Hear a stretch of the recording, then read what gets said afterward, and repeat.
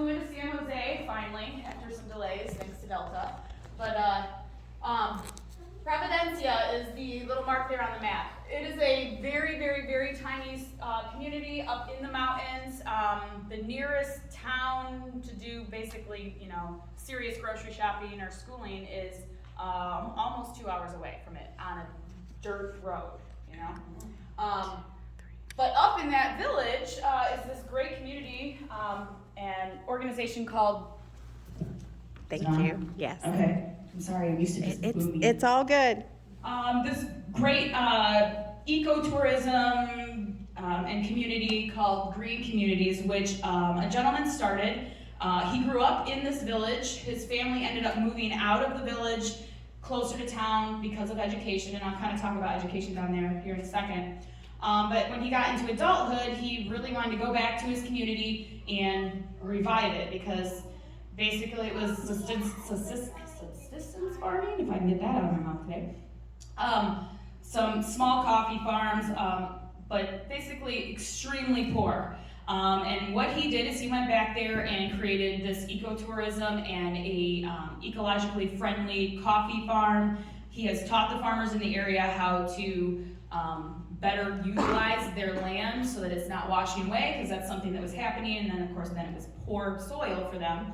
So revitalizing the soil, and with that, he actually brings in volunteers, which like our girls did. We went up there, spent 2 days. The first day we hand fertilized 640 coffee plants, which are on a mountain, okay, mountainside. I sat on my butt and handed buckets because I'm not like the strong teenagers and walking up and down, mountainsides with this knee.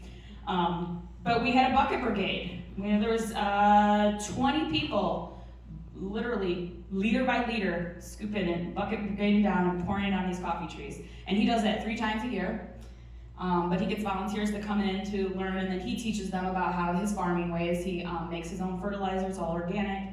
It was super interesting. But he's also helping the biodiversity there because he is planting trees amongst his coffee trees, or coffee bushes, and so animals is still a thoroughfare for the animals that way. And several of the local farmers are now practicing as he practices, and you can see the hillsides where they're doing that because it's not just soil that's eroding down into the mountain. With the volunteers that come there, they stay, and he's created this, it's called glamping. It's like he's created these platforms. It's a big tent that's on there, but there's also battery operated toilets and showers. So you can use the bathroom. It was actually very nice. I know when some people say I lived in a tent for 3 days. No, it was awesome. There were beds in those tents.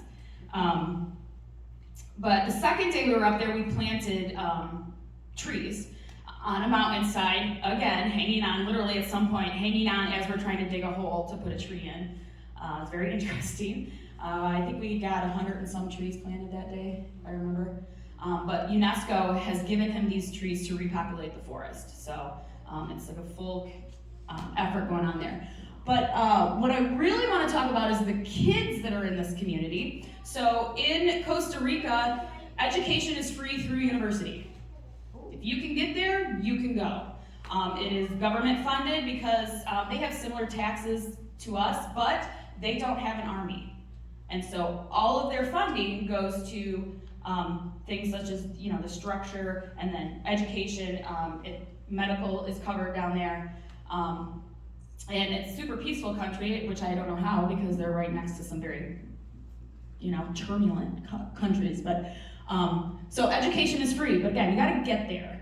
Every little community has an elementary school that you can get to. You can get roughly through 8th grade, no matter where you live somehow. But after that, high school is a little bit more difficult. And so some kids don't go to high school if they can't get there. He has a group of teenagers that he's working with. He calls them the Young Dreamers, and he helps fund their education for supplies and to get there. So every day he has a bus that takes these kids 2 hours one way to get to their high school. So they leave for school at I think he said 7 in the morning, and they don't get back till 5 o'clock at night. And that's every day, that's their trip. And sometimes it's difficult to get there if there's been a big storm that's gone through, but every bus that we were in has a machete in it, and they literally hack down the path so they can get back out. So our driver was called Mario Machete after that. 'Cause he hacked down lots of trees for us.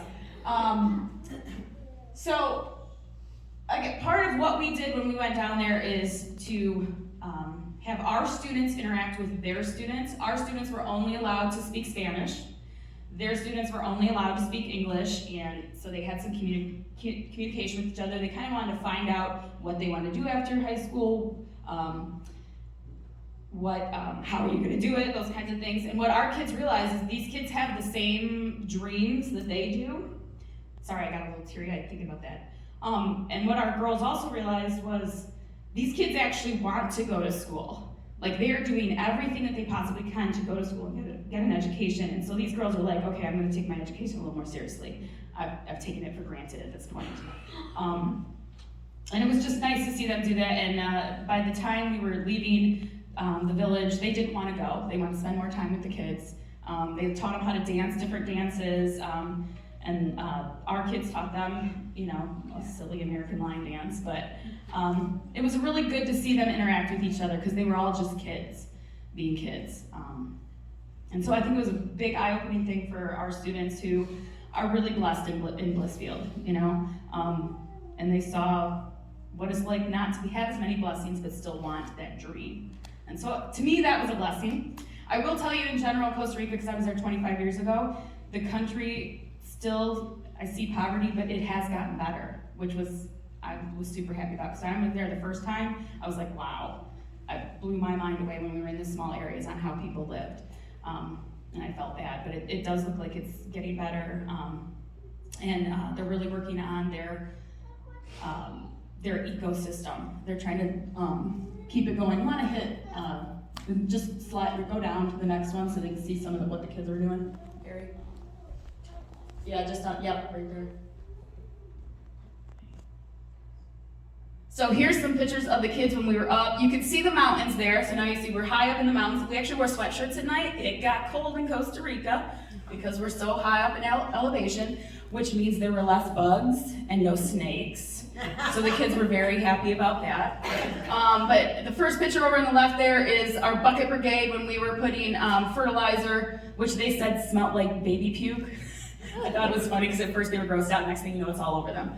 And then that's the lodge where we stayed at in the middle, and here's us planting trees over on the right. And then down the three bottom pictures are our girls interacting with the community, young dreamers, having conversations about their futures. And then later we kind of had a dance party where they were dancing with each other and stuff. So I'm going to be sending a box. Some of the things they need, which to me is so simple but hard for them to get, is notebooks, pens, pencils. That's what they wanted. And then children's books, because that helps them get better at reading English.